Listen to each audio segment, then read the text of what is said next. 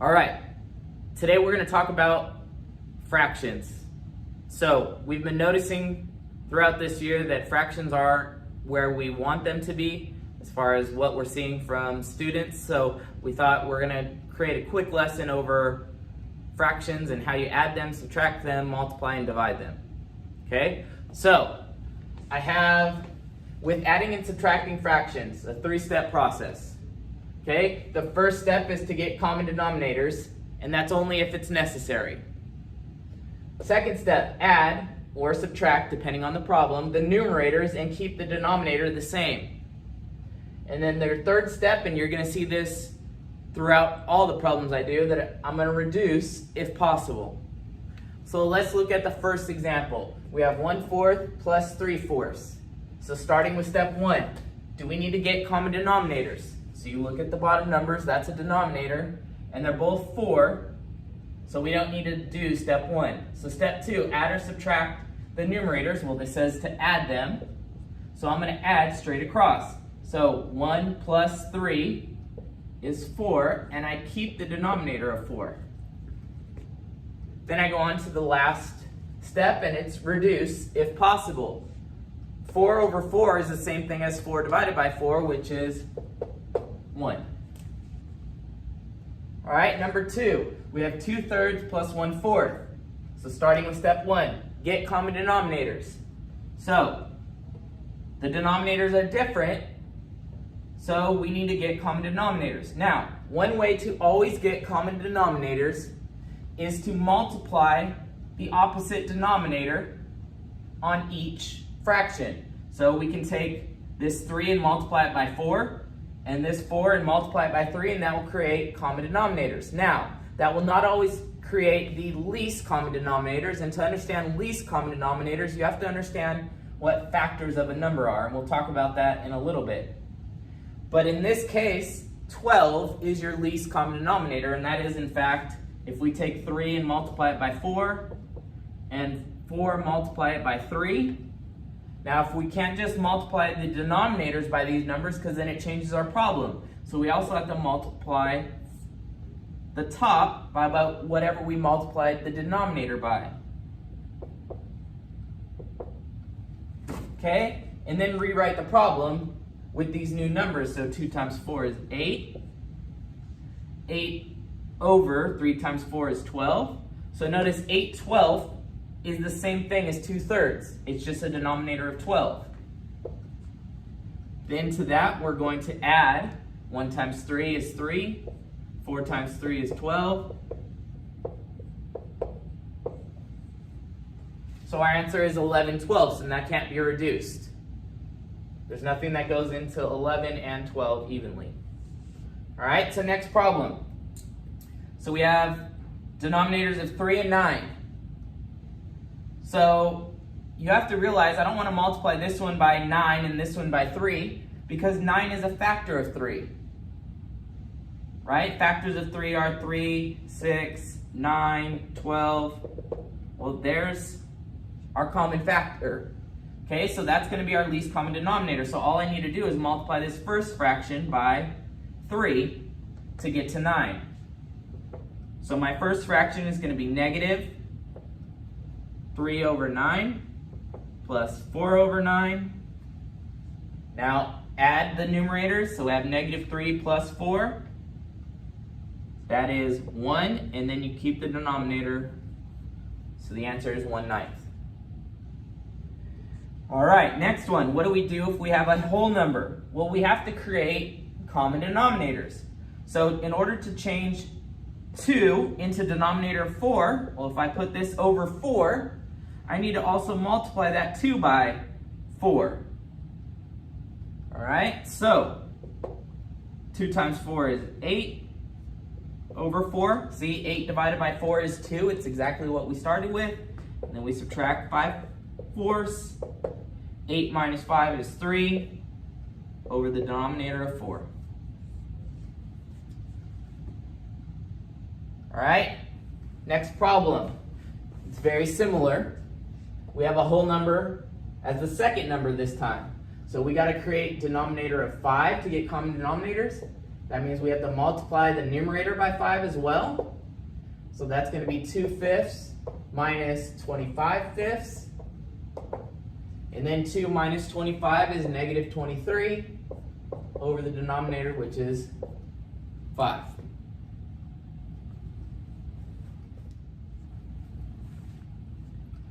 So now let's look at some problems that deal with fractions and some algebraic expressions here. So the same rules apply. It's just like combining like terms. All right? So 1/2 x plus 1/3 x, they are like terms because they're both terms that involve x. So what we can do is follow our 3-step process, get common denominators. So we look at 2 and 3 and say, okay, the least common denominator is 6 between those. So I need to multiply this first fraction by 3, the second fraction by 2. Now here's a common mistake. Some people will say, well, do I need to multiply the x by 2 as well? No, this is all one number. 1/3 x is one number. So by multiplying by 2 over 2, essentially what you're doing is you're multiplying by 1. You're just making it look different. So you wouldn't multiply the 1 by 2, 3 by 2, and the x by 2. Then you're multiplying by an extra 2 that's not needed. All right, same thing with the first fraction. So the first fraction is going to become 3/6, which is the same thing as 1/2, x plus 2/6 x. And now it's just like combining like terms. Add the numerators, keep the denominator, and keep the x. Okay, because if you had 3x plus 2x, it would just be 5x. You don't do anything with those x's. All right, so this is going to be 5/6 x, and that's your answer. All right, so for the next problem, I have x over 4 minus 5/6 x. Now, it's a common problem with students to not understand that x over 4 is the same thing as 1/4 x. So in fact, what I'm going to do is I'm going to rewrite this. I'm going to rewrite this as 1/4 x minus 5/6 x. All right, and then I'm going to start my 3-step process of getting common denominators, which to get common denominators, you could multiply this fraction by 6 over 6 and this one by 4 over 4, but that's not going to get you the least common denominator. So to get the least common denominator, you need to take multiples of 4. Let's look at multiples of 4. So we have 4, 8, 12, 16, and that list could go on, but I'm going to see if I have a least common denominator. I think I do. So the multiples of 6 are 6, 12, stop there because I already had a 12 here. So my least common denominator is 12. So what do? I multiply the 4 by 3. What I do at the bottom, I have to do the top. And this one, I got to multiply by 2 to create that denominator of 12. All right, so this becomes 1 times 3 is 3. 4 times 3 is 12. So this becomes 3/12 x minus 5 times 2 is 10. And 6 times 2 is 12. So I have 3/12 x minus 10/12 x. So finally, I subtract 3 minus 10, which is negative 7 over 12 x. And then always ask yourself, can I reduce that? Is there anything that goes evenly into 7 and 12? Well, there's not. 7's prime, so that's as far as we can go. There's our answer. All right. So now what if we have variables in the denominator? Okay. 1 over x is not equal to 1 over 1x.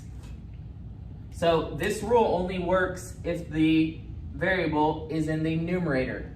If it's in the denominator, you can't write it like this. Okay, you can't write 3 over y as 3y. That's something completely different.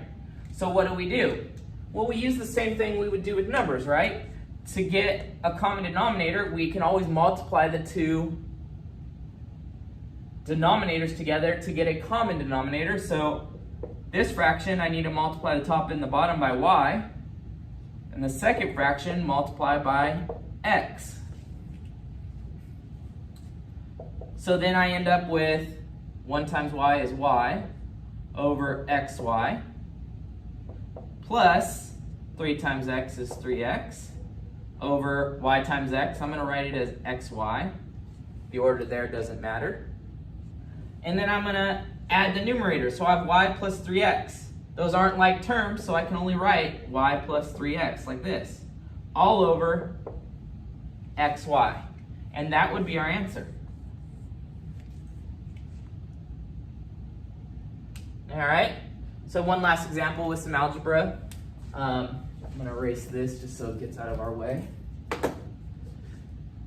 3 over 4x minus 2 over x.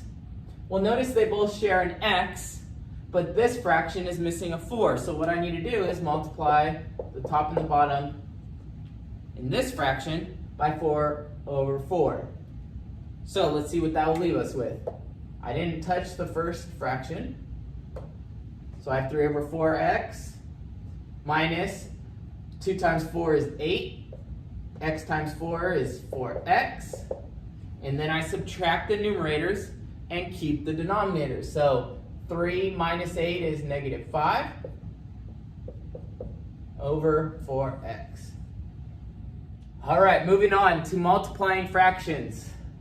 Notice, it's just 2 steps. The step that is missing is getting common denominators.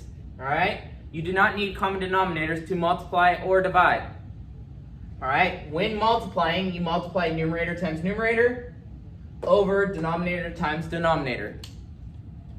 All right? So let's look at the first example. 1/2 times 3/5. So all you would do, I'm not going to write this on every problem. I think it's a little extra, but for this problem, I'll show you. The top would be 1 times 3. The bottom would be 2 times 5. Do the multiplication separately, and you get your answer. And then always check to see if you can reduce. So 1 times 3 is 3. 2 times 5 is 10. 3 and 10 share nothing in common. So our answer is 3/10. Great. Next one. I'm not going to write it like I did this one. I'm just going to use my hands to show what I'm multiplying.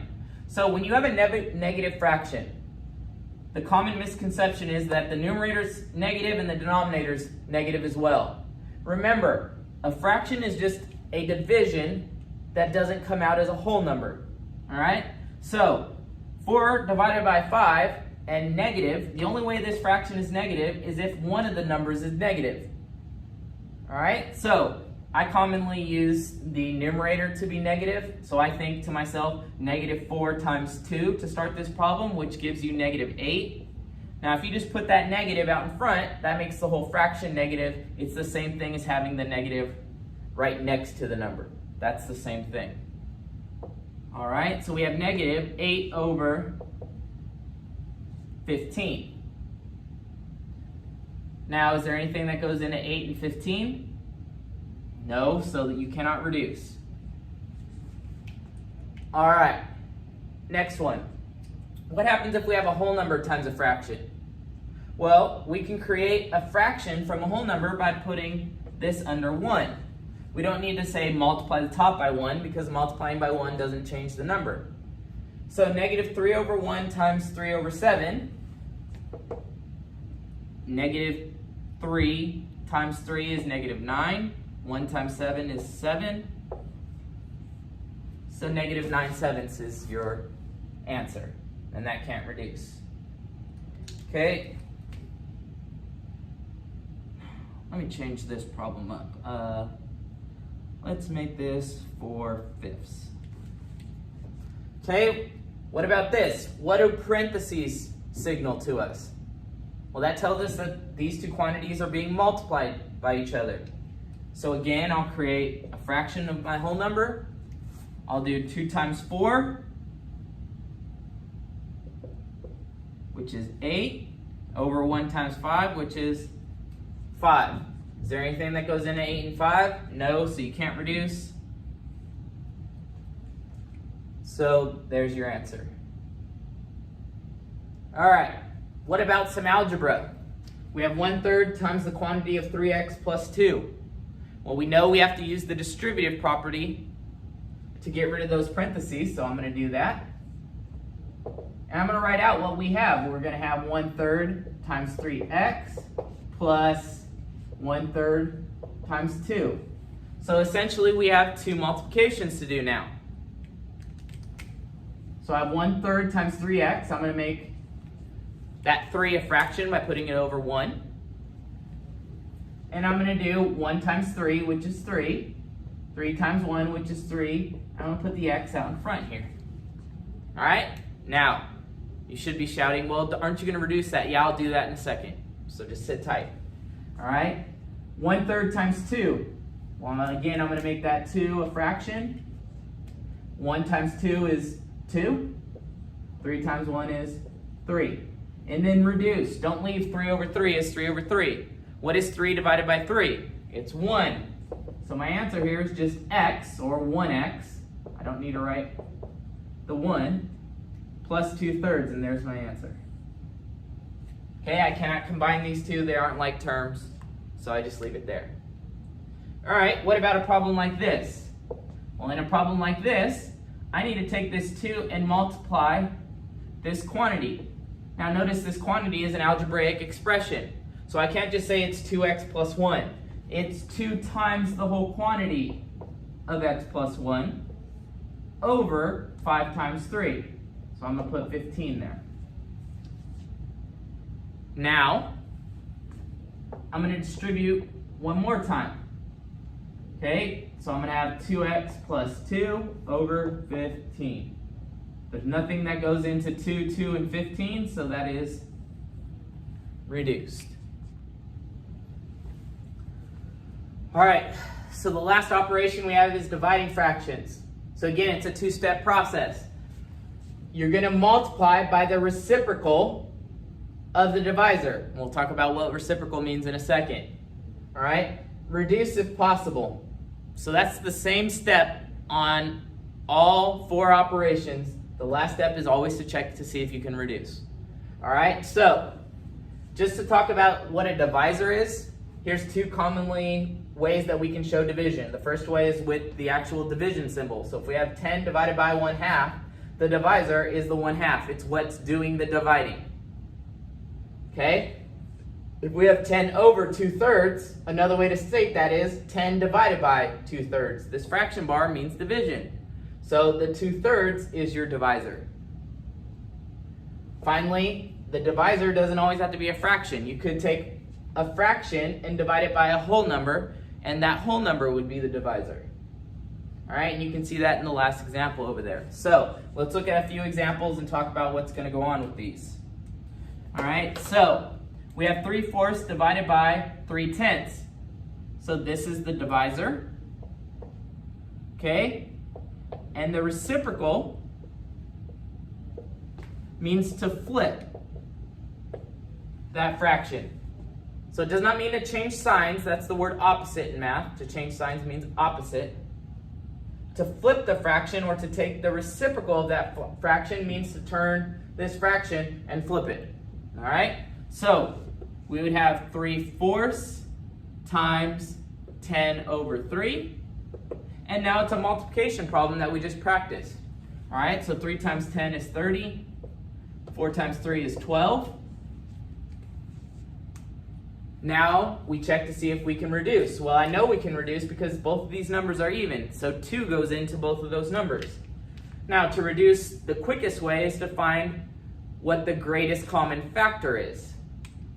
So the greatest common factor of 30 and 12 is 6.